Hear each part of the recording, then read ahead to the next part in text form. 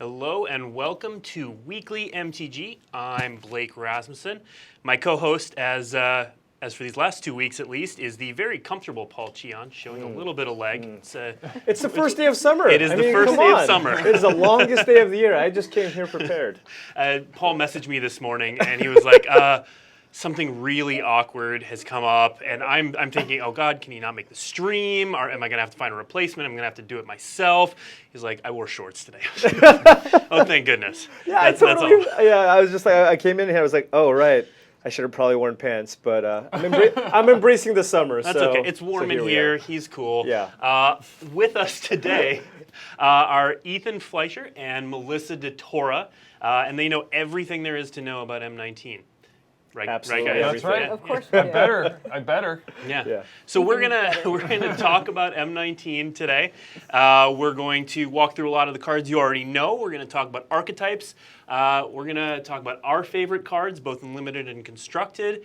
And along the way, we're gonna preview some new cards. And when we get to the end, we're gonna preview some more new cards, including last week we called it Tezzeret's second cousin, but it's not. Spoiler alert, it's Tezzeret. We're going to show you the new Tezzeret Planeswalker card. We'll also show you the tokens from the set, the basic lands, and we're also going to be taking your questions on Twitch chat. We have questions from Twitter, and we're going to be pulling more along the way. So if you have questions, put them in Twitch chat. We'll grab them. We'll ask Ethan and Melissa, and they'll share all of their M19 knowledge with us. So why don't we start by talking about the archetypes of M19. So as with most of our sets that are designed for limited, we try to ensure that there are at least 10 different two-color decks available for people to play. Now, this is a core set. You have some simple, straightforward cards, so it's not quite as linear as maybe like Ixalan was, where it's like you got to play this tribe.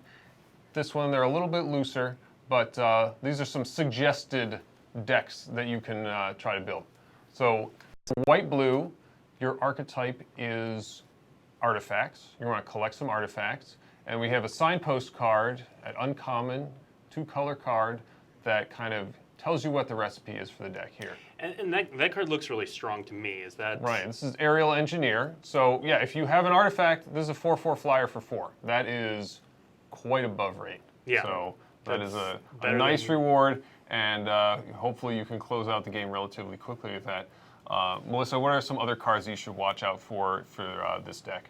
Okay, so first of all, this archetype asks you to control one artifact, not many artifacts, so it's not a collect them all kind of thing, the way that it might have been in Kaladesh or Mirrodin.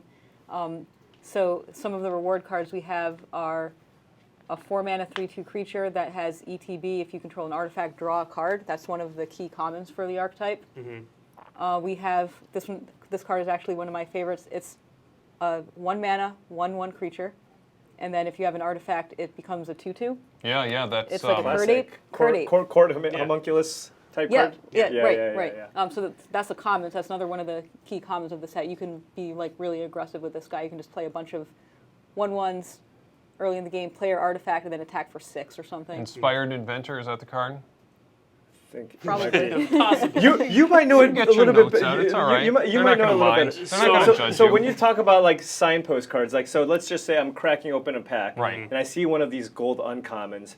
This is basically telling me that this is the thing to do in that color combination. Yeah, right? that's the thing that we've engineered. It's not the only deck you can build in those colors. There are other build-around cards that aren't directly aligned with these 10 archetypes. So, sometimes you're like, oh, I think this time I'm going to build a Goblin Tribal deck. That's not one of the archetypes, but like sometimes it all comes together, and you can do that. Or this time it's going to be a discard deck. I'm going to make my opponent discard stuff. Right. But yeah, this is the thing. This is sort of the good default position, and especially early on in the format's lifespan, before you kind of explored all the nooks and crannies, this can help guide you to ensure that you have a playable deck. Yeah, I mean, this is often a thing that I do when I start drafting sets too, and I just open the pack, quickly go to the uncommons and rares, because obviously those are the sweet cards, and then I look at the gold uncommons and try to figure out, it's like, is this the thing I want to be doing?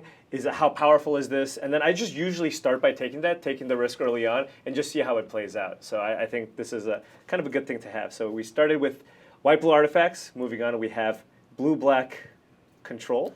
Yeah, blue-black control. So there are a lot of creatures with effects that trigger when they enter the battlefield and when they leave the battlefield in this set in blue and in black. And one of the best ones is Psychic Symbiont. This guy comes this is in. my favorite card. Yeah. Me and Blake are salivating Yeah, right now. this is a spicy card so here, right? much You get to value. draw a card, your opponent has to discard a card, and then you have a 3/3 flyer, which, you know, it's not the best control finisher, but it'll get there. It'll do the and job. if it yeah. dies, we have so many ways to get it back. So many ways, and get those enter the battlefield triggers again. So what are a couple of other cards you're going to want for this? So speaking of ways to get it back, one of the new commons in the set is called Abnormal Endurance. It's a take on Supernatural Stamina. It's a combat trick, so you target your creature, and then when it dies that turn, it comes back onto the battlefield tapped. So you can block their, say, a 5/5, give it +2/+0. You mean they're 5/3. You're going to block their 5/3.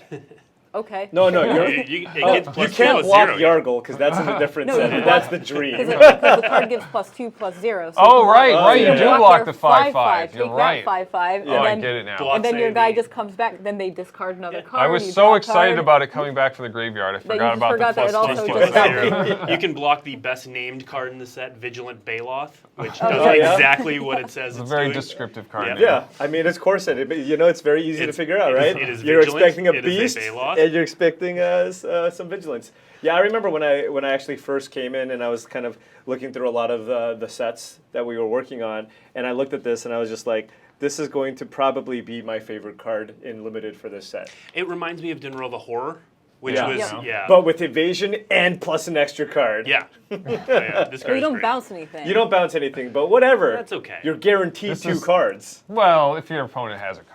They probably will. They probably will. Yeah. They probably. Look, it's I'm gonna happen. thinking only sunshine and rainbows. probably- And here. if they don't have a card, Exclusion you're going to be Mage. fine. Yeah. You're going to be all Yeah, right. Let's move on to the black-red archetype, which I believe you told me earlier involved a lot of sacrifice. Yep. So let's see the card here. Brawl Bash Ogre. This fellow's quite aggressive. He's 3/3 menace for 4 mana, which, you know, that's okay. But when he attacks, you can sacrifice another creature to give him +2/+2 until end of turn. There are all kinds of creatures here that want to be sacrificed. They're just begging for death, the sweet, sweet release of death. And Brawl Bash Ogre will give it to them.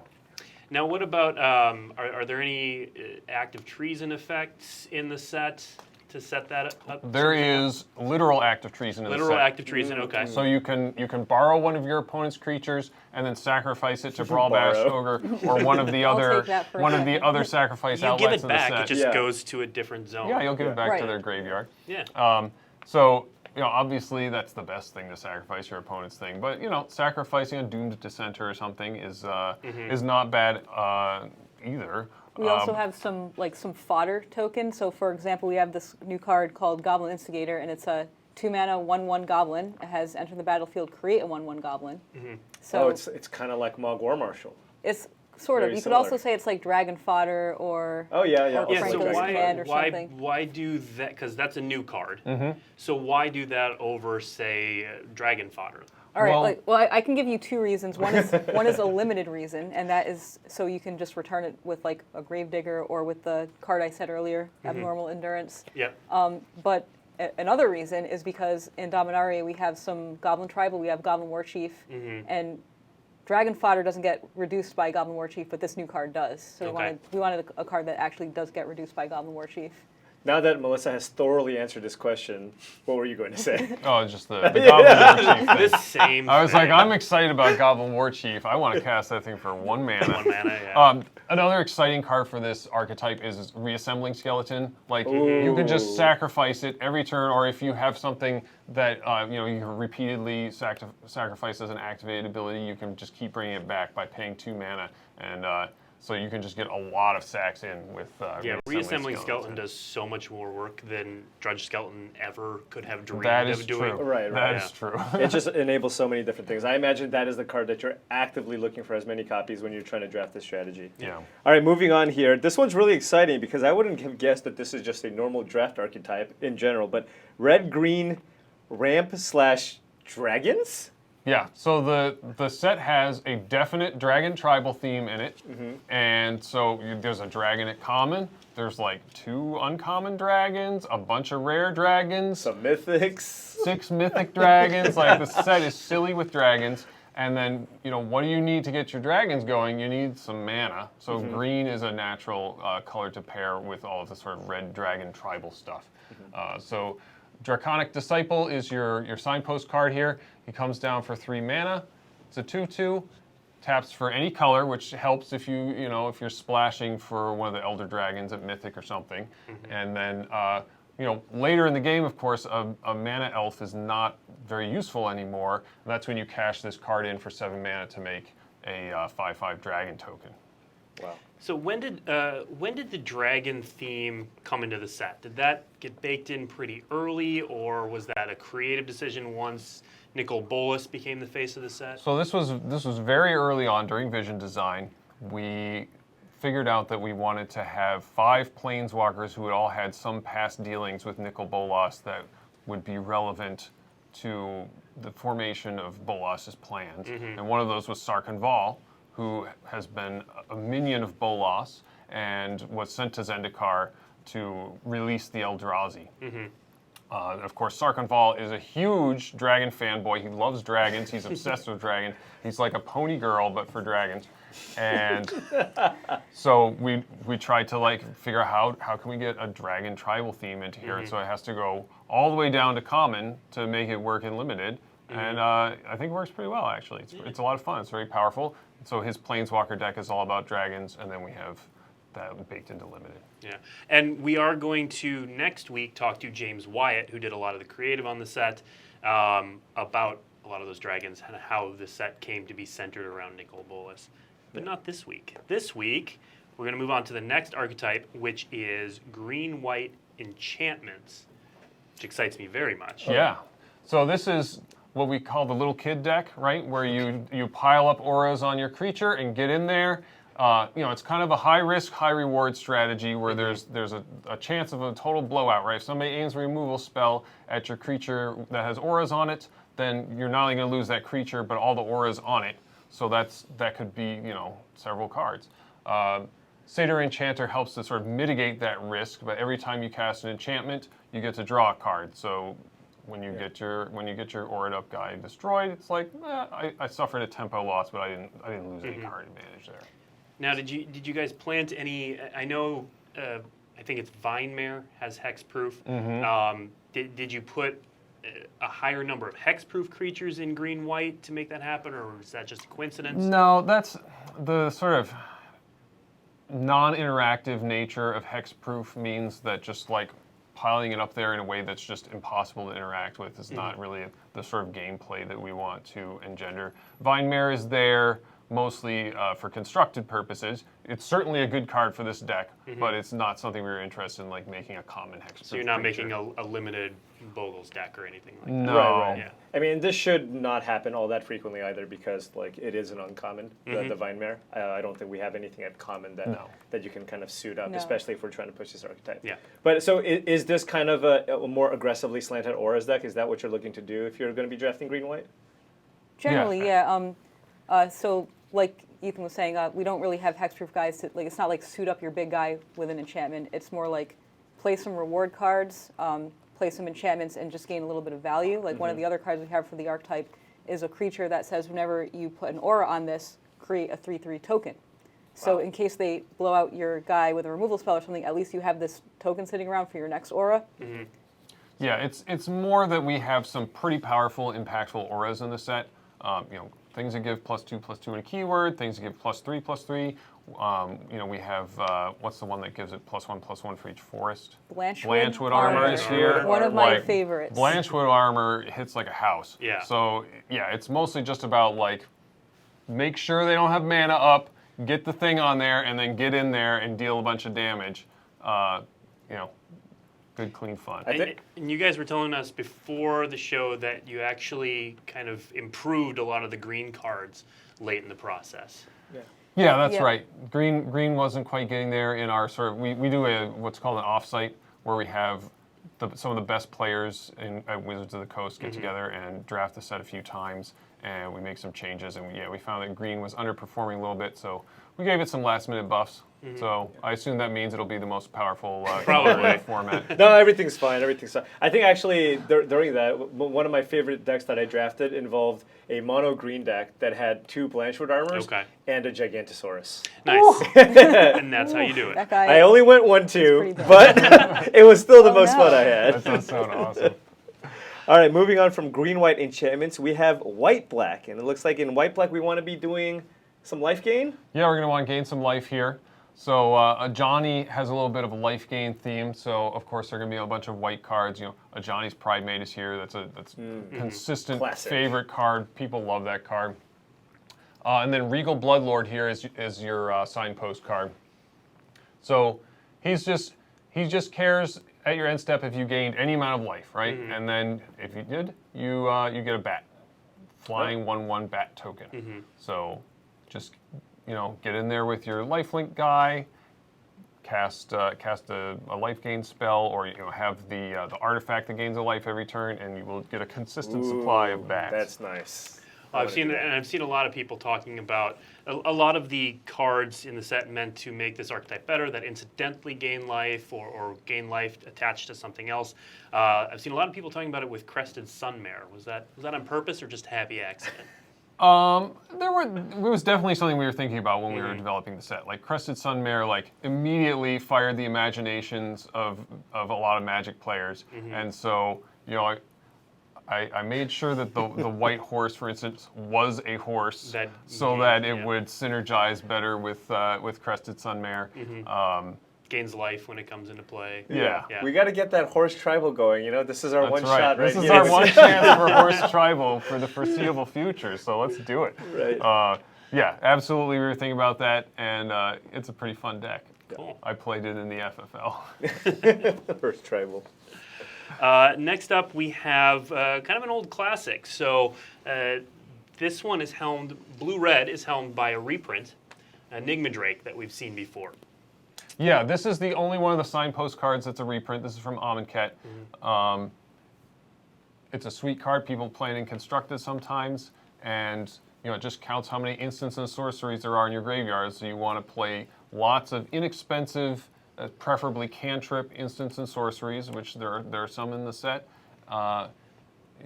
It's a very tempo-oriented deck, so you're going to want to get your creatures through and get some damage in. Play your bounce spells, play your draw spells to draw into more stuff, stuff like that. Are there any other cards you should look out for? Yeah, actually, if you are unable to open an Enigma Drake, which might be hard as an uncommon, there is a common reward that does something very similar. It's a Wind Drake, but whenever you cast an instant or sorcery, it gets +1/+1. I believe it gets a counter. Oh, yeah, it's It's a even Wind Mage. Yeah, it gets +1/+1 until end of turn. Yep. So this is as good a spot as any to ask about prowess. What kind of happened with prowess? For a while, Aven Wind Mage had prowess, but there were other cards. There was, what is that guy? Gutter Snipe was in the set. It's like, okay, Gutter Snipe cares about instants and sorceries, and so it just seemed like it was... Prowess is one of the more confusing keywords for new players, and the set is, very largely designed for new players, especially for the common and uncommon cards. So eventually it just made more sense to me to kind of align all the rewards here for instants and sorceries, rather than having you look for this strange category of cards that prowess rewards, which is things that are not creatures, right?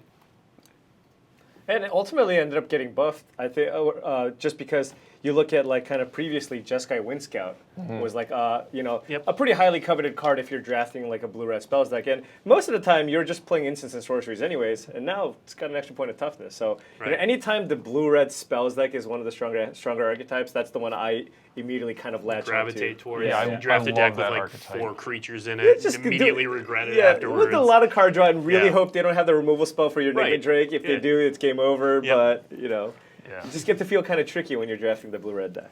Yep. Yeah. All right, moving on to black-green attrition. Yeah. So what do we got here? So you're going to use a lot of the sort of value cards that you also used in the blue-black deck here as far as your black cards go. This Poison Tip Archer here rewards you for killing things. So you want to get all your removal spells You want to get all your death touch creatures. All this thing cares about is, did something die? Your thing, your opponent's thing, and you can see, it's a decent blocker because they're not going to want to tangle with this thing because it has death touch. So for black-green, I mean, so you talked about how blue-black is like the control decks. You're trying to get a lot of 2-for-1s, oftentimes in the form of spells and, the big top-end stuff. Does black-green do something slightly different there? It's more about trading in combat. Okay, so there's, a lot of creatures that maybe benefit. I mean, we talked about the sacrifice deck. A lot of these cards are kind of good in a variety of different shells because a lot of these are like black sacrifice outlets. So do you want to be doing a lot of like recursion stuff as well in black-green? Absolutely. Yeah. Okay. Keep bringing your creatures back for value and just wait them out. Wait them out. All right. So how do you break these stalls? Like, you're not playing black-blue. You don't have the big flyer. How are you supposed to end the game when you're drafting like these black-green decks? Well, there is this one card that many people may be familiar with. What is that? It's called Colossal Dreadmaw. I've never heard of that card before. What is that card? It's a 6-mana 6/6 trampler. It's also a dinosaur. Yeah. But it's good at closing out games. It's Okay. like the perfect green common. Yeah, and there are a lot. There's a lot. I don't know if you know this. We kind of like this one. This is one of the perfect Magic cards. There are a lot of other very good beefy green creatures in the set also. Actually, some pretty good beefy black creatures, come to think of it. So yeah, I mean, just buy yourself some time until you're up to 6 or 7 mana, and then you should be able to get your big boys online. All right. So I've actually gotten a lot of questions about Colossal Dreadmaw, both on Twitter and other places. First of all, let's just dispel this. Maybe not. Is Colossal Dreadmaw just a joke that R&D loves and has attached onto, or? I would say that when we put it in the set, we put it in the set because it's one of the greatest Magic cards of all time. Okay, tell people what you mean by greatest Magic cards. Just of all time. like a very clean execution of a very appealing card. It's like 6 mana, 6/6 for 6. It's aesthetically pleasing. It has trample, so like you can't a lot of the time you have this big green creature and people just chump it and chump it and chump it. Like not Colossal Dreadmaw. It's just solid. It's not too strong. It's strong enough that I want to put it in my deck, even though it's a common 6-drop. A lot of the time, a common 6-drop is just like, whatever this is, it's not good enough because there's probably a rare that's better. But like Colossal Dreadmaw, I'm like, yeah, I'll play that. That's good. It's the ultimate big creature, and oftentimes too we talk. I've sat in some limited meetings for even just like some of the top teams, and they every time they have this question about like this weird looking rare that costs 6 or 7 mana, and they're like, all right, I think this card could be good sometimes.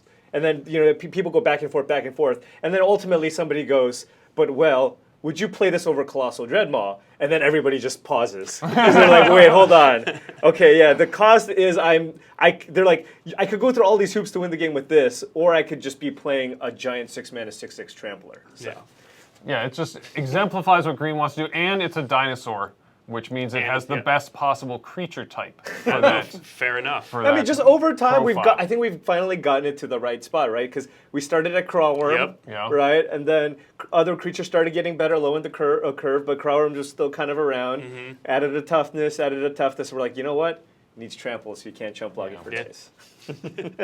All right, let's go a little smaller, and let's look at the red-white go-wide archetype. So red-white, you're going to want lots of small creatures. Now, frequently in a core set like M13, for instance, this will involve lots and lots of tokens.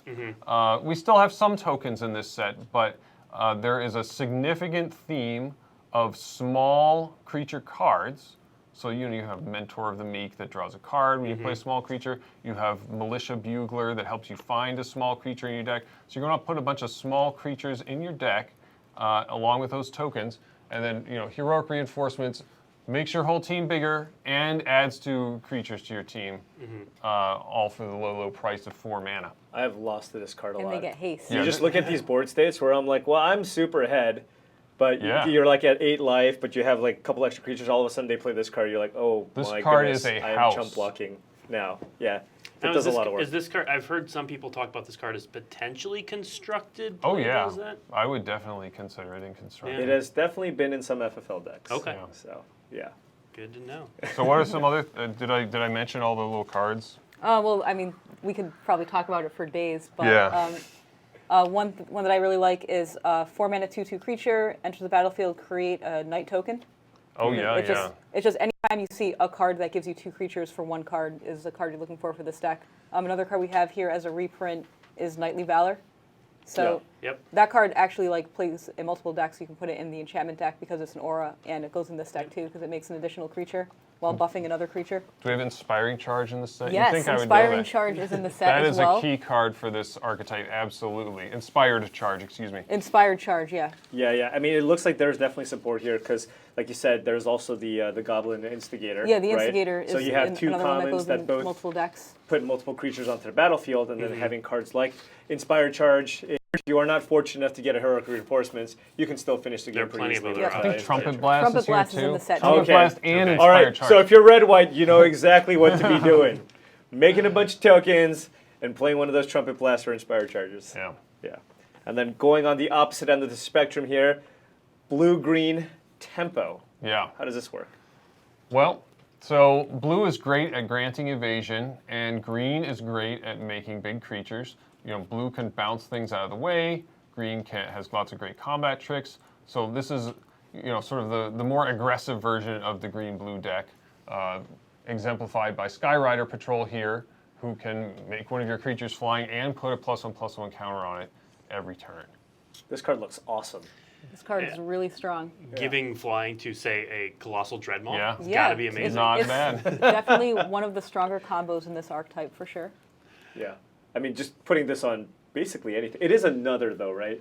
Yeah, he can't put it on himself. Okay. Just very important when you are playing this in your local pre-release. Yeah, so why is that? I mean, most cards can't often target themselves with their own abilities. So why is that especially important for new players? I don't know. Well, I don't think. Well, I think the reason why Honest it answer. doesn't really Yeah. have anything to do with new players for this particular Okay. card. This is just a power level reason. Yeah. Like Okay. this card is super strong. It was like really strong and limited. Yeah, it's very strong as is, and it would just be like even more Every turn ridiculous. you can make it bigger and not even worry about having anything else. Yeah, you Yeah. could just play this turn 6 on an empty board and just Yeah. keep pumping itself. So I mean, it just does a lot of work, and it's one of the stronger of the uncommon cycles, I would say, because you don't even have to build around this one necessarily. You No. just You just take need it, any other and you're creature. like, yeah, I'm going to put creatures in my deck. Did I put They're gonna Well, I creatures get mean, in my flying. yeah, deck? you Yes, said no. the combo was Colossal Dreadmaw. Right. Nobody really talks about Colossal Dreadmaw as a combo enabler. but But we found it. we But a found 7/7 it. flyer will win the game very quickly. Yep. Yeah. So there is some context for the archetypes you should be looking at when you go to your pre-release on July 7th. We're going to move on to talking about our favorite cards, both in Limited and Constructed. And I think we're going to start with Paul's favorite cards in Limited. And don't forget that you can ask us questions as well on Twitch chat. So chime in. We'll try to jump in and answer them as we're chatting about these. But let's go to Paul's top Limited cards first. Yeah. So I see a lot of other people with a bunch of commons, but No, I actually good took for you. I actually took a rare off of Paul's initial. he did, but it was replaced by a much more superior card. Yeah. So. All right, starting off, I'm going to go with a Vampire Sovereign. If you take a look at Vampire Sovereign, I remember looking at this card and going, oh, it's a Flying Siege Rhino. Just- Look at this yeah. thing. This is going to do a ton of work. I mean, it just, I looked at this and it's a good callback, and it just looks completely unstoppable. It just does a little bit of everything. Also in the black, there was a life gain theme as well, but this also hits them for 3 and then continues hitting them for 3. So a lot of work there. Moving on, I like cards that give me slow, grindy card advantage over the course of a game. So Dryad Greenseeker here, 1 in a green, 1/3, as you can see on the screen. Every single turn, you can tap this to look at the top card of your library. If it's a land, you can reveal it and put it into your hand. And I heard that you guys actually had a fun name for this card. Oh yeah, sure. So you guys may remember a card from a very old set, Arabian Nights. Arabian Nights. Just a few years I'm not ago. going to say the name of the card or Oh, anything, okay. but you guys might remember this card. And this card did a very similar thing. So when we were playtesting this card in FFL, we were calling it Sin Good. And then we made it more powerful and renamed it Sinned Better. Yeah, at one point it was Sin Great. Yeah. Yeah, but then we had to reduce the power level. Sin Great was a little too great, and we had to Yeah. reduce it back to Sin Bad. But I would say that it's still at the very minimum Sin Good. So Yeah. Giant Greedseeker definitely does a lot of work. Moving on, I have very simple card, Exclusion Mage. Oh. Good old 3-mana 2/2 creature that bounces a Almost creature. Manowar. We keep creeping closer and closer to Manowar. Yeah. Well, this one's a wizard, though. Yeah. Yeah. It's a little better than being a jellyfish. Jellyfish Tribal may be a thing. People like You their don't know. jellyfish, all right? Also, bouncing your own things sometimes is sweet, which Manowar can do. But yeah, I mean, this is the type of card that you could consider putting into like an aggressive wizard deck. You have, that creature type is very important, and this is a way to get a nice little tempo swing. I mean, even if you're, any blue deck would be happy to have this in their deck. Mm-hmm. Following that up, we got one of my favorite auras, I would say, for limited, Knightly Valor. I think you correctly determined that this card was probably a little too strong at common. It was at common before, but it is now an uncommon. But Knightly Valor just does so much work. As long as you pick your spot, make sure your opponent doesn't have the mana to interact with your creature, even if they have the removal spell, you still get something left over. And on top of that, the fact that it gives your creature vigilance, I like just the fact that you can put it on something and play offense and defense. And combos with my last card. And we might have briefly talked about it. Everything combos with your last card, to be Yeah, fair. of course, yeah. You just play lands and, Right. and this. And my last card, of course, we got Colossal Dreadmaw. Why not? Just the biggest, best dinosaur. Look at that thing, just embrace it. 6-mana, 6/6 trample. It's not going anywhere. It does a lot of work, and happy to have it in my green decks. So this is the slot that Paul sends me his list, and one of the cards on it was Gigantosaur. He's like, but if you don't want to put a rare in there, Colossal Dreadmaw. That was my backup. If So you I don't want to put a rare that's uncastable in most limited decks. Hey, I had it in my deck, and it was awesome. But yes, I had Gigantosaurus. That was and Colossal Dreadmaw was my honorable. I wanted a green monster in there, and Gigantosaurus is just, the name. When's the last time we had just a gigantic, just vanilla rare? creature. Morning Tide was the last time. Morning Tide. So Yeah. it's been a long time. So I think, I was actually surprised. I was pleasantly surprised at how positively embraced that card was. Everybody was like, "Oh man, this card's sweet." Yeah. That card, yeah. Yeah. So Colossal All right. Dreadmaw, though. You're going to get this a little more often. I think. Every set from now on. We will never print another set Lock it without in. it. Yeah. All right, let's move on to Melissa's top 5 cards. Okay. So we're starting with Skeleton Archer. So this guy does a damage to any target when it enters the battlefield. That's like practically Ravenous Chupacabra, right? Just enters the battlefield, What's kills bigger? the guy. It's bigger. And Yeah, it's bigger. better than even rares. better. And If you it's- have and it's Death common. Baron, that gives all your skeletons Death Touch. Oh, he is wow. Ravenous That is a great Chupacabra. combo. You can do that, right? You Yeah, can just that's a do that in combo the you set. can build in limited. Yeah. But seriously, 1 damage is very relevant. There's a lot of 1 toughness commons in the format, and this is easily a 2-for-1 and leaves behind a really nice body. Also great with any recursion and bounce that you have. And at first, I remember when I was playtesting with this card in limited, this card kind of offended me. I was like, a common that kills a guy. I don't know about this, but it definitely grew on me. So yep, that's my first one. It also just changes the way you play limited too. They're like, attack you with my 2/2 into your 3/3. You're like, they got the archer, don't they? I don't want to block. Not And if this they turn. don't know about it, they just feel so bad. Right. I don't. What could this be? I don't understand. Whatever, block. And, Yeah. And then and you get a 3/3. Yeah. No. All right, my next one I've already mentioned. It's the Aven Windmage. So Windrake is a super solid card. I'll play it in pretty much any limited deck, but this one is just so much stronger, and it makes you build your deck a certain way. Just play as many instants and sorceries as you can, and this is just a really great win I condition love this for a card. common. Yeah. Yeah, it's just strictly A better. 3-mana card that can very easily take over a game. You can deal 3 or 4 damage a turn with this guy. All right, next is one of my favorite cards in the set, Elvish Rejuvenator.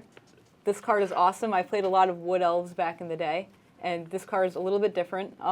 So in past limited formats, we've had 3-mana ramp spells that were just never quite good enough, and this is the perfect balance of a 3-mana ramp spell that you will very happily play as many that you have, really. It's the 1/1 creature is a relevant body. You can block 2/1s all day. It ramps you and sometimes color fixes you. And best of all, you don't have to search your deck and you don't have to shuffle. No shuffling. So you just You get to keep playing look at your Magic. cards, get your card, and just continue playing. No time wasting. Keep in mind, though, you can miss. You And when can. it does, Yeah. it feels so bad. It does, but at least you're that much closer to your next Yeah, land, but right? it is 5 cards, so Always looking on the bright side. in limited, you're playing 17 or 18 lands in your deck. You're Right. very unlikely, well, not very unlikely, but you are pretty unlikely to miss with this thing. Someone in Twitch chat is probably doing the math right now. Yep, and it feels so good when you hit. It does feel bad when you miss, but it feels so good when you hit that it just balances You're like, out. dodge times the that you bullet. miss. I mean, because like this is a card that people are going to look to put into their constructed decks, and it's just like even when we had it in testing, every time it misses, it's like, come on, we're testing, right? Let's just put a land. Like we're just assuming most of the time we get a land. It's like, well, no. You can't always hit, so sometimes you just can't get that land. Also, when I play this guy, I usually just like pick up my library like, kind of fast, and I usually pick up 4. And if it's not in the top 4, I'm like, oh my god, this better be a land. The That just dramatic makes it And it's a land. exciting. Yeah. That makes you feel something. And Probably this just is gonna make just that an a requirement on the example Pro Tour. of the many, many value creatures that are in this set. Like, there's Yeah. a lot of value here. Yeah. A lot of Yeah, value. 2-for-1s at common is not usually a thing that we see because like 2-for-1s at common can just take over a game Right. in card But advantage. the set When they're is 1/1s. lower synergy than an expert level set, and so you need a little bit more of that just to create some texture. Yeah. And yeah, 1/1, that's not really a card. Just a 1. It's also an elf. There's elf tribal. All right. So moving on, my next card is another card that we've already talked about. I think this card is great. When I think of favorite cards for limited, I usually look for commons because commons are the backbone to limited decks. But this card was too It's awesome just so good. for me Yeah. not to include in the list because it's 3 cards. You get a guy, you draw the card, they discard a card. Oh my god, this card is just so good. I just want you to take a look at kind of what's going on here. Melissa, myself, and Blake all just have a big smiles on our face when we're staring at this There was a card. little bit we of are just the drool. spikiest of spikes, looking at card advantage, and we're just like, I really wish I could Yeah. just be holding this card right now. I just want to cast this when my opponent has exactly 1 card in hand. Yeah, and it's like their best card. Yep. They're like, wanna I just first need pick one this in more every land draft. for my 7 drop. Oh god. Yeah, imagine your opponent's holding Colossal Dreadmaw. Oh, yeah. You know, and you're just like, boom, getcha. All right, moving on. My next card is another card that we've already talked about. Oh man, I lost to this card in so many games, and this card I just gained so much respect for over the course of our play testing. Like I remember in off-site drafts where I'd be like, I am super in control of this game. There's no way that I can possibly lose. And then they play this and just kill me out of nowhere, and I was just like, what happened? You just sit there and stare at your cards. Yeah, I'm just like, oh, where did this game go wrong? I definitely undervalued this card when I first saw it, because I'm like, 4 Yeah. mana, make 2 1/1s? It's pretty hard to But- evaluate, and it yeah. does not look strong, but like this card plays out really strong. Like Yeah. 2 1/1s and +1/+1 for your entire team. It makes blocking much harder. Overrun strong. Like this is not quite overrun, but you do get the 2 1/1s Right. that It's the getting opponent there. really can't plan for. Yeah. Yeah. It's more like Craterhoof Behemoth, because it gives you the creatures. Oh, of Right, course. yeah. It's basically crazy. Basically, Crater Hook. Yeah, more or less. Next up, my favorite 5 cards. So unlike these guys, I actually have not play tested this set any, so I'm mostly going on what looks good and often what is blue. So the first card actually that I really liked was Herald of Faith. This card is not blue, but it's such a clean card that does a lot of what slower decks, like I like to draft, need. It's a finisher. It gains you a little bit of life. It's got a reasonable casting cost. It's just kind of a clean card all around. I love this card for new players too. This card just gently suggests that, hey, maybe you shouldn't just sit here casting spells. Maybe you should attack your opponent. Here's something that's good attack, and we'll give you a little reward. We know that new players like life gain, so here's a little reward And for it's attacking. 2 life, which is way more than 1. And Yeah. it's great. Next up is Dwindle. So Dwindle is, it's blue removal. And blue needs all the help it can get in the removal department, and this one is pretty great at that. My next one is also a blue card, Exclusion Maze. We've talked about this. We know what we're doing. I'm going to get one of these in foil for my Azami deck. My next card is one you actually haven't seen yet, so this is the first time we're seeing it. Shocker, it's a blue card, and it draws cards. I think I've seen this card before. Yeah. This is a reprint. This is definitely This is a a good one. reprint. It's been strong in every format it's ever been printed in. It gains you a lot of card advantage. There's, as you said, there are a few ways to get cards back from the graveyard. So just because you send a card to the graveyard doesn't mean it's gone forever. So this card is just excellent in any format where you have the time to cast it. Finally, Reassembling Skeleton. And we talked a little bit about this one in the black-red sacrifice deck. So on the occasion I don't draft the blue deck, this card does so much work for that black-red sacrifice deck when you aren't active treasoning your opponent's creatures that I just love this card every time it's in the format. All right, cool. All right. On from Ethan, Blake. take We us got- home. We got Card. Ethan. All right, so What you I got? was the most disciplined of any of you. All my cards are common. Oh, we and should I feel picked- bad. And Yeah, I I don't picked feel one card from each color. Wow. All right, so these are Wow. my picks for the top commons from each color. All right, number 1, Skeleton Archer. Everything Melissa said is true about this. Plus, it has sweet art. Including that it's a Ravenous Chupacabra. Yep. Yeah, like you're just never sad to cast this. Like if they don't have any good targets, you just run it out there and hit them in the face for 1, and then you have a 3/3. All right, for red, we have Shock. This is an old classic from, what was it from originally? Odyssey or something? Actually, Oh, this- it was from Stronghold. It's Stronghold. Stronghold, right? Stronghold. Oh man, that Oldie thing but a goodie. has a long pedigree. So yeah, you can have too many Shocks in your deck. Don't go nuts. Don't put like 4 or 5 in your deck because it only has so many targets. But you disagree, Melissa? Which I'm trying to figure out like what the limit of shot. Like I think at I what would point? play 4. Yeah. Yeah. All right. 4 I would Shocks. consider playing Don't 5. take the 5th shot. Depends on how many maybe. Aven Wind Mages you have. Yeah, I guess Yeah. that's true. That's Ooh, true. right. Yeah. All right. 5 Shocks. Yeah. Definitely. That's the maximum. Yeah. Just very flexible removal. Kills a lot of things in this format. There's a lot of 2 toughness in this format, so there are plenty of targets.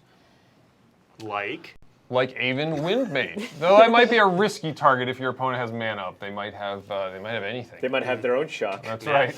Could be In anything. response, Yeah, shocking you. Yeah. Yeah. Like this is just great. I love this archetype. I love the sort of blue-red tempo-based, the prowess deck essentially. It's the closest thing you get to playing Storm in a modern Magic set, right? Yeah. So this guy's super fun and quite strong. Rabid Bite. So this is a strong piece of removal. You have your large green creatures. Your you have Colossal Rabid Bite. Yeah, your Dreadmaws. Colossal Dreadmaw just will deal 6 to something. This is not a fight spell. There are no fight spells in the set anywhere. And this is just a one-sided fight spell. Your creature deals the damage for the low price of 2 mana. Very strong with the green creatures in the set. Yeah, and this is significantly stronger than the fight spells because you can use this on, your cheap cards to just. It's effectively a removal spell. You can get it out of the way to attack. Yeah. And your last card is a card the audience hasn't seen. Oh yeah, here's a new before. one. It's Gallant Cavalry, which I think you mentioned earlier, Melissa. Yeah. So for 4 mana, you get a 2/2 Knight with Vigilance, and it enters the battlefield with a token that is a 2/2 Knight with Vigilance. So this is going to be great, especially for your red-white deck. You get 2 bodies for 1 card at common, and they're both decent-sized bodies. So it's a good pick. So next we're going to look at our top constructed cards, but I also want to make sure that we get to your questions. I've gotten a number while we've been here talking, and I want to make sure we also get to some preview cards. So we're going to run through these super quickly. All right. We are going to start with Ethan, who just ended us there. And what are your top 5 constructed cards? All right. Start with Bone Dragon. This Boom. guy looks totally awesome, and he's a sweet skeleton dragon, and he's going to keep coming back from the graveyard. You build around this guy, you are never going to run out of 5/4 flyers. All right, next card, Spit Flame. This is one of the centerpieces of the Dragon tribal deck. This is sort of a controlling deck, so you're going to want to Spit Flame your opponent's creatures, and then cast some dragons, get your Spit Flame back, and rinse and repeat. Nicol Bolas, the Ravager. This is the marquee card of the entire set. This goes in kind of a mid-range Grixis deck. You get in there, you make them discard, you hit them a few times, and once you get up to 7 mana, you have an insanely powerful Planeswalker. Does it all. Resplendent Angel. I really wanted something that would be a great card to put in a deck with Lyra Dawnbringer. She has Angel Tribal text on her that gives your Angels lifelink and +1.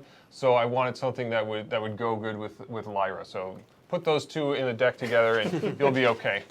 And then Cleansing Nova. This is your Wrath of God of the set. This can destroy all creatures, or you can destroy all the artifacts and enchantments. That seemed like an important safety valve with Kaladesh in the format. It's a very strong set. Yeah. Give people some options. What I enjoyed about this is I saw someone point out that it's basically austere command if you subtract the mana and then restrict the pairs of choices you can make. Yeah. Which was kind of cool. Yeah, that definitely suggests a strong card. Yes. You know? Yep. People liked austere command a lot. Next up, my top 5. And they're not all blue cards, believe it or not. The first one is a Johnny, Adversary of Tyrants. The reason I like this card, one, it's just a generally strong card, but also its second ability is reminiscent of Sun Titan, which is one of my favorite cards of all time.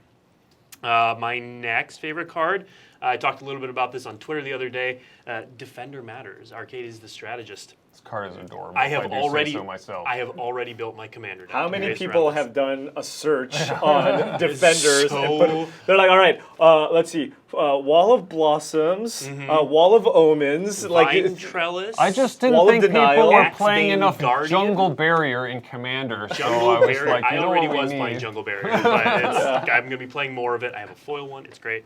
This is going to be real sweet. Next up, oh my God, it's Nicol Bolas. Shocker. Card's good. Let's keep going because we have talked about that and we will talk about that. Nicol Bolas is the face of the set. Satyr Enchanter. I also have an Enchanter commander deck. Oh, yeah. And this one, it says draw a card on it. It got me. Next It's up, basically a blue card. it's basically a blue card. Right. And then Elvish Rejuvenator, you were talking about how you like this card in Limited, but it's also a pretty constructed card in the right environment. I as definitely well. love it in constructed too. Yeah. Yeah. Next up, we've All right, got Malicia's next- favorite. Next is me. So Militia Bugler. Malicia's favorite. So this is just like a white value creature for just a white aggro deck. Look at some number of cards, get a guy power 2 or less. So we had a lot of fun with this card in FFL because we wanted cards to work with it. So a lot of things we did is like in our Bugler deck, it's like, man, I wish this card had power 2 so I could find it with Bugler. So there's a lot of cards that we had where sizing really mattered because of Bugler in the environment. So that was a lot of fun. And of note, Bugler can find another Bugler. Yeah, that So was yeah, another thing that we you went could back go and off forth on. Yeah. just chain buglers. So sometimes Bugler was a 3/3 because we're like, it should not work with itself. And then we're like, you know what, it should work You with know itself. what would be more fun than not working with itself? Working with itself. Squadron Bugler. And sometimes we It's would just more change bugles. a card from 3 power to 2 power, and we were like, oh, we buffed it. It works with Bugler now. All right, moving on. My next one is Isarath. This card is just sweet. You just attack with it, pay mana, get back your Ravenous Chupacabra, kill their guy. It is very nice to get It's back just, the it's just very sweet. Get a lot of I've value also with it. heard people say that it's nice that black got a really powerful 3-drop for cube. Oh, yeah. Okay. Because that space is pretty barren from what I've heard. Yeah, definitely. All right, next up we have Palaka Worm. Oh, yeah. Lackaworm. Is this your favorite card, or is this like, did Andrew Brown secretly go, hey, Melissa, please put Palaka Worm Well, in like here? this card did grow on me because of all of the FFL I played with Andrew Brown, who played a ton of this card, and all of his it's called Muldrotha, right? The Dominaria Yep. card. Yeah. In his Muldrotha deck. His Sultai Nice Oh decks. man, like he just Palaka Wormed over and over. It's like, all right, kill it. I'll just bring it back and just gain all the life and get all the value. And this card is just really fun. It's just great because like it looks like all hope is lost, and then it's just like Palaka Worm is here. I'm back up to 15, and I've got a 7/7 trample. And if you deal with it, I'm going to draw a card. Like you can't lose once you resolve Palaka Worm. It feels like. Yeah. All right, next we have Chromium. So sometimes you just need a way to finish a game when you're playing a control mirror. So that's why we have this card. Can't be countered, so already like you know it's going to resolve, and it has a way to protect itself. There's just a lot of like interesting things you can do with it as far as like saving your guy.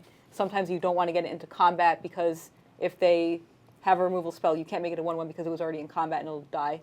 So it's just like a pretty interesting card that has a lot of cool play patterns. All right, next up, the last one is Nicol Bolas. He doesn't Shocker. need an explanation. I had to have him on here because Needs no he's introduction. a Grixis Dragon. He's 4 mana, get value, and then later on he's a Planeswalker. What's not to love about this guy? The story's really cool with this card, too. Yeah. Finally, Paul. Paul, what's your first card? Well, okay, so you don't have to change the slide. It's Nicol Bolas, the Ravager. I mean, just read it. If you're Grixis, you should probably play it. Yeah. Gives you just a ton of value. Look at that. Draw cards, kill things, reanimate things, and then the ultimate. That one was a fun one for us to come up with. It's like, we need an ultimate that wins the game, but gives them like a tiny glimmer of hope. What should it be? Right. Let's leave them with one card left in the library. Just enough hope that you get to crush that the hope. final card. Nicol Bolas loves those sorts of evil mind games. Yeah, moving on, I have a different Planeswalker on here. I have Vivian Reed. This is the first introduction of Vivian into our world, and yeah, she does a lot of work. Gives you a bunch of value, looks at the top 4 cards. You can find a creature or land. So, you know, I've found that, this card is just really impressed me. I mean, even the minus ability, you would think, oh, that's kind of a sideboard effect. But, you know, you got vehicles, you got Glorybringer, you got flyers. Cast down. Yeah, there's and just seal away. Right, there's just a lot of things that Vivian can do, and I think you know, she's gonna see a good amount of play. Very strong. Moving on here, we have Leonin War Leader. Look at this It's a one. kitty cat. Yeah, this is the cat leader, or the second in command. I guess Johnny is in the set, but yeah, this is one of those cards where, you know, if left unchecked, will just completely take over the game, because you get to attack with this. You know, if there are maybe ways to give this haste somehow, you know, you can get in the attack right away. But yeah, it just does a lot of work, gives you those cat tokens, and yeah, been very happy with this card. Moving on, I know there's potential here now, right? We have a lot of those cool Kaladesh artifacts. Sai, Master Thopterist. This card can do a lot of work. You know, it's really hard to kill, and you can just, like, you know, combining this with, let's say, Karn allows you to make these giant construct tokens. So I feel, yeah, I'm really, you know, hopeful for this card, and just seeing, you know, what people can do with Sai in our standard meta game. And maybe Improvise will make a resurgence too because of this. Yeah. Hopefully that. Improvise has been like almost there for a long time. Yeah, we definitely put a few tools for Improvise decks in the set just to like see if we could make it finally hit. Yeah, we have the life gain artifact too, right? That's just an additional cheap artifact to play in your deck. And last but not least, a control card, Chromium the Mutable. You know, we kind of wanted control decks to have a very solid, resilient finisher that you can play in your deck. So this is this one is actually the kind of the Andrew Brown special. It's like design a anti-control card that you can use as a finisher, and this was it. And yeah, this is going to do a lot of work. Cool. Now, the part you're all actually tuning in for, we're going to run through some previews. We have a number of cards left over. Some of them we've already kind of mentioned or alluded to, but let's take a look first at Psychic Corrosion. So what is this card trying to accomplish, Ethan? So whenever you draw a card, each opponent puts the top 2 cards of their library into their graveyard. So this is one of those sideways draft strategy cards. We've seeded a bunch of these sorts of things to add variety from draft to draft, so you're not just limited to those 10 archetypes that we discussed. So there is the possibility of building a mill deck for in limited here, and this is a key piece in that deck. Okay. Yeah. Melissa, how good is this card in limited? It's okay. It's okay. It's no Sphinx's tutelage. Yep. Right. But it's like pretty close. Yeah. Yeah, it's one of those things where, I mean, if somebody wants it, you're probably the only person to get it. So, you know, it's one of those cards where you don't necessarily actively look to draft it, but let's say you see it kind of late, and then you're like, okay, I'm going to take it, and then in pack 2 you open another one, you're like, all right, maybe we can do something here. Yeah. Get a few fogs or something. Exactly. Next up, Ravenous Harpy. So, Melissa, this looks to be part of the sacrifice archetype. Yeah, definitely. Like, so when you're playing a sacrifice sack, you need rewards and you need sack outlets, and this is both. So you can sacrifice anything, make this guy bigger, and then eventually he'll just like become too big, and you'll kill someone with it. Yeah, I mean, this is the type of card, too. You kind of look at it first, you're like, oh, the sizing isn't that great, 3 mana, 1/2 flyer. But also keep in mind, you can just, in one turn, just sack your whole board and then just kind of like one-shot your opponent. Or your whole bird. Or your whole And bird. it is a bird. Next up is a card you may have seen on Reddit. So this was in a couple packs of Dominaria that people busted. Happens from time to time. But Catalyst Elemental, what, Ethan, why does this card exist? So this is here mostly for your dragon deck. You want to sometimes be able to ramp into dragons, but red doesn't normally just get a mana elf that taps for mana every turn. Red's more about short-term gain. So early on, you can play this out as Grey Ogre, a 2/2 creature, and then later you can cash it in for 2 extra mana to cast a 6-drop dragon or something. Okay. Next up is Double Cast. And Double Cast is it's in line with fork variants that we've had over the years. So why this version? It's a sorcery. It affects the next spell you cast. Right. We decided to try out a new template for these types of spell copying effects. So in the past they've been instants and they can copy any spell. We decided to try one that was a sorcery and copies the next spell that you cast. See if that's a little more new player friendly. And it has some sort of advantages and disadvantages vis-a-vis the traditional reverberate spell. Like it's better against counter magic, for instance. They don't know what your next spell is going to be. Do they want to counter this or not? But like with a regular reverberate, they can counter both spells with one spell. So it's an interesting variant, and I think it's a little more new player friendly. Great. Next up is a card that we've talked about. Blanchwood Armor is coming back with the classic art. Paul, besides your 1/2 deck, how often are you going to play this card? I think fairly often. I mean, when you take this card, you're going to want to slant green. Like, I'm not going to play this in kind of like my 50-50 split of lands. But let's say, I'm like a heavy green deck with, 11 force or something. I think this is a pretty fine card, especially because also, if you're going to be like green, maybe with a touch of white, you can also just have some of those aura payoffs already built in. So this is just a pretty reasonable card to have in kind of your very green heavy decks. Sure. Next up is Druid of Horns. Druid of Horns, Melissa, what is this? I believe this is the card you were talking about earlier. Yeah, this is the Aura enchantment reward card. So if you don't get the Enchantress card and you get this, you can still try and build the deck. Or you could just play both. You could also play That's both. what I would do. That is a perfectly viable strategy. I would put Blanchwood Armor on this. That's my professional opinion. I don't know, Next, let's take a look at Rock's Oracle. I'm in. Draw a card. So this is the other card you were talking about earlier that comes into play, draws a card. Very simple, clean, very, very effective too. Yep. See, no argument. Draw a card. Great thing. Draw cards. And it gets shocked. Yeah, and it gets shocked. Next up is Arcane Encyclopedia. Ooh. Oh yeah, so this is Better basically JMD Tome from Strictly Alpha, better! but one less to cast and one less to activate. And you know why that is? Why? Because JMD Tome isn't as strong as it used to be. Yeah. How strong did it used to be? I first picked so many Jameday tomes in Core Set Limited. It was just so strong because back then it was just like a much different world. Right, it was just a all rare, about card advantage. It was a rare for years and years. People played it in early constructed. And then, but by the time we got to Magic 2013, it was like, there's just, spells are better now, cards are better now. And so, just sitting there and drawing lots and lots of cards just isn't as strong as it used to be. And so it was like, okay, now it can be an uncommon. And then I started working on this set, and I was like, JMD Tome. I was like, nobody wanted to play it anymore for some reason. Which I was is like, a all little right. sad. But it's like, it's a very clean card with a resonant concept that's easy for new players to understand. And it's like, all right, well, I want people to play with this card because it's cool and I like it. Let's just make it cost less. Is this good enough to play? Melissa, would you pick this in this draft? It depends on the archetype. I would not play this in red-white, but I would play this in like a slower, more attrition deck like green-black or blue-black Or even blue-white, right? Because it's an artifact. Oh, yeah. It does give you some of the payoffs. Blue-white, it goes without saying, like, it actually is an artifact, so you actively want to pick up artifacts. But just like any slower deck, would be happy to have something like this. Yeah, and I think a large part just depends on how the real world fleshes out the most aggressive strategies versus the slower strategies. If the format ends up settling down where it's it's a little bit on the faster end, then yeah, this card is definitely going to go down. But if it's just kind of your typical, medium set or medium speed set, I think this card would do a lot of work.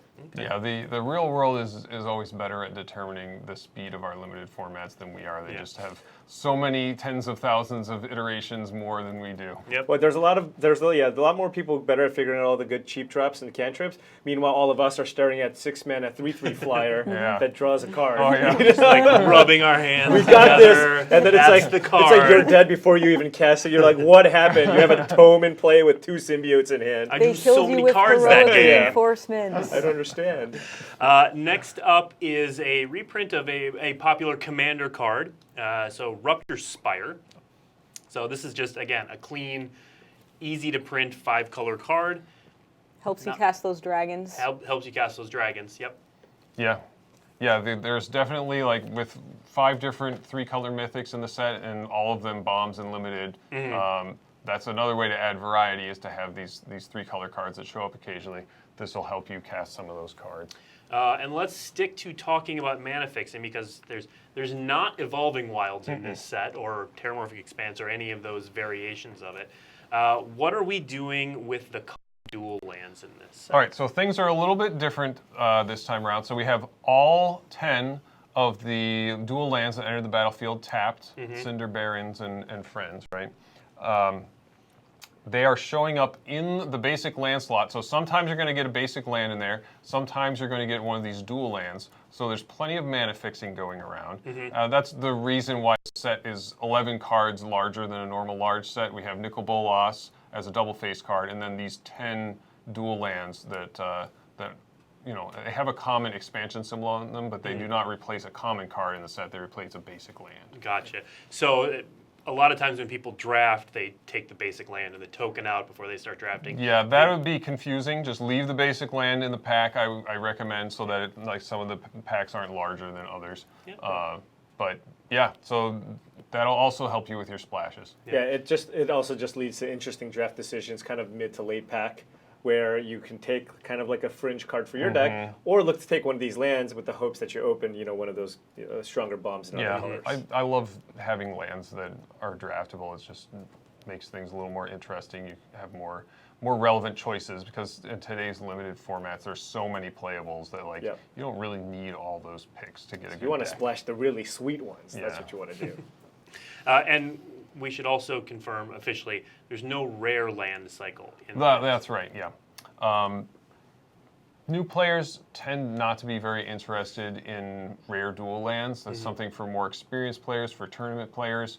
And so for the core set this year, we decided to dispense with that and just put more sweet spells in the set, rare and mythic. Speaking of mythic sweet spells, so we will finally show off. We teased this a little bit last week. It is not Tezzeret's cousin. It is not Tezzeret's brother. This is Tezzeret, Artifice Master. So this was actually one of the cards I had on my top 5 cards in the set before we decided that we would preview it here. Can you read the abilities off for the folks who have small monitors? It says draw card. The top ability makes a Thopter. The middle ability, I believe, draws a card if you have an artifact. 3 or more artifacts. Oh, draw a card if you control 3 or more artifacts. Draw 2 cards. There instead. we go. And then the -9, you get an emblem with at the beginning of your end step. Search your library for a permanent card, put it onto the battlefield, then shuffle your library. Yeah, the card's strong. So that last ability is the planar bridge, Okay. which he's incorporated into his body in the storylines. The same ability that the planar bridge card has from Aether Revolt. And we saw that in One with the Machine, which is Right. another card in M19 that shows him grafting that onto his body. Yeah, and it's very rare too that we put draw 2 cards on a 5-mana walker. I mean, this has the upside to if you build your deck, correctly or if you build your deck in a way where you can abuse that. I mean, this thing can just kind of run away with the game, right? Yeah. Yeah. So, do we expect this card to make waves in Standard? I think it'll be really fun to try. We have a lot of other planeswalkers that care about artifacts, like Karn, the other Tezzeret, and There's then Sai we that have can make a Sai bunch now. of floppers. Yep. We have Mox Amber also. Yep. So there's definitely something to be done here. And like I said before about improvise, maybe that'll make a comeback because all these cards exist now. So Yeah. interesting to see. All right, before we get to your questions, we are going to get to your questions. We have 2 more things we want to show you. So we normally show off the tokens towards the end of previews. So we want to show you all of the tokens that you can open in Core Set 2019, including the emblems. So some of these are pickups from old ones. Some of these have new art. Of course, the emblems are completely new, but these are the tokens that you will be able to open in every pack. Ox token. Ox token. What makes that? It's called the transmogrifying one. Yeah. I'm not sure if that one might. I don't have been think we've shown. previewed that card yet. It might be up now. I'm not sure. It could have happened while we were on the stream. Finally, we want to show you the art for the basic lands set. So, what's cool about the basic lands? So there are 4 of each basic land. 3 of them are sort of typical core set, resonant, straightforward implementation, and then 1 of each basic land represents the home plane of one of our planeswalkers. So we had Ajani's home plane of Naya. Here we have Tezzeret's home plane of Esper, Liliana's home plane of Dominaria, Tezzeret's home plane of Tarkir in the Khans of Tarkir timeline. Or Sarkhan? Sarkhan, excuse me. What did I say? Tezzeret? We did just talk about all Tezzeret. these guys. And then Vivian's home plane of Scala, which was destroyed by Nicol Bolas in a story that has not been told yet. But we will But tell now that they know. story. Yes. But coming soon. Coming soon. So now we get to your questions, and there are a couple good ones. One we got through Twitch chat. Why do the Elder Dragons, so this is the second representation of all of these Elder Dragons, why are their abilities so different from the ones that they had when they were originally printed in Legends? Well, we had different goals for them than the Legends team did. The Legends team was a role-playing, like a Dungeons & Dragons role-playing group, and they wanted to make cards that represented the characters from their D&D campaign, which meant that we had all these exciting and evocative characters. We had more gameplay-oriented goals, I would say, rather than flavor goals, but we certainly found plenty of opportunities to represent their characters. So, like, for instance, Chromium was a card that, the primary goal was to be a control finisher for a standard deck, but it also captures a story moment from Chromium in the old comic books, where he can transform into a human. He actually transforms into a human and lives among humans for a generation or more. As dragons do. Yeah. So a lot of the cards were aimed at Commander. The Arcades Sabaoth, very clearly a Commander card, make a deck with a whole bunch of walls. And that kind of alluded to the original design of Arcades Sabaoth, which had the same ability as the card Castle. Okay. So we kind of alluded to some of the older cards sometimes, and sometimes we alluded to their role in early Magic storyline. Okay. Another question we got was, where's Ugin? Why no Ugin? There is officially no Ugin card in M19. Yes, there is no Ugin card in M19. But Ugin plays a very prominent role in Magic story, right? So what happened there? So part of this is process stuff. We were in the middle, while we were designing M19, we were in the middle of the transition where the story moved from the control of the R&D creative team over to the franchise team. This thing was happening as M19 was being made, so it was unclear who was going to be making the story. All right, so we gave it our best shot. I was working with the creative team. We were like, okay, here are some things that seem like they could be cool in a sort of Nicol Bolas origin story. We've got to have Nicol Bolas. Yep. We've got to have his various planeswalkers that he's interacted with over the last several years of the story. We've got to have elements of his grand scheme that it's all going to come together soon at the climax of this story. And then we have to go back to his childhood, to his brothers and his cousins, the Elder Dragons. We discussed Ugin, because Ugin is his nemesis. He's been fighting with Ugin for millennia now, and we certainly considered Ugin, but you may count the Planeswalkers. There are 11 Planeswalkers in this set. That is too many Planeswalkers, actually. If I had to do it all over again, I wouldn't do that many, because it's too many Planeswalkers. And we didn't know what the story was going to be. Nobody knew what the story was going to be because nobody had figured it out yet. We were just giving it our best guess, throwing this over the wall, throwing that over the wall, and like see what turned out to be the useful thing. Turned out the Elder Dragons were the thing that was the key to the story, but we didn't know. So yeah, that's why no Ugin. Don't worry, we haven't like forgotten about Ugin or anything. He will be showing up again at some point. But yeah, just we gave it our best shot, and turned out that Ugin was not in the cards, so to speak. I got another question from Ristic Studies, also known as Magic Man Sam. He says, as of M19, there are 2 cards with the subtype Horsefish on them, and yet there are, he emotes a little bit more in there, and there are 0 Seahorse cards. I need answers. Well, I'm responsible for Horsefish. Actually, I worked on the Theros file. I was typing all the cards in during design, and I really wanted to have a hippocamp, which is a mythological creature. The front half is a horse, and the back half is a fish. And so I was always looking for opportunities to put this hippocamp in, and I just typed it in, and I typed creature-horsefish, and nobody ever changed it. So now, forevermore, hippocampi are horse fishes. Okay.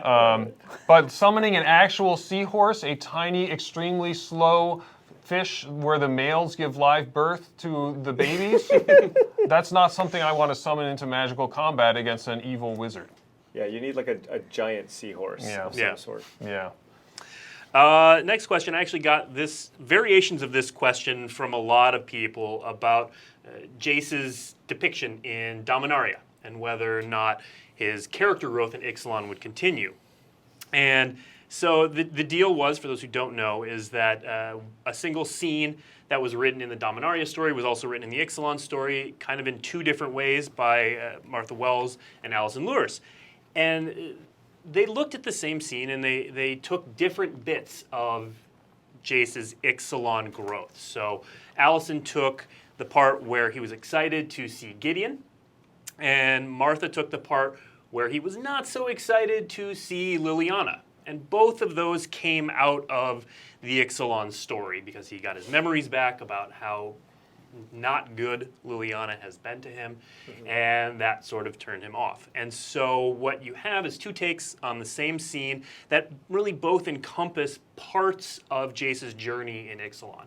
So I talked to the franchise team, they guarantee me Ixalan Jace is Jace going forward, and I'm kind of looking forward when he returns to the main storyline, which isn't quite yet. We're going to see more of his character growth. And I know some people pointed out today that a lot of Jace's dialogue in Magic Arena actually is based off of his growth. Right, well, I think Allison wrote a lot of that dialogue. Allison wrote a lot of that, yep, absolutely.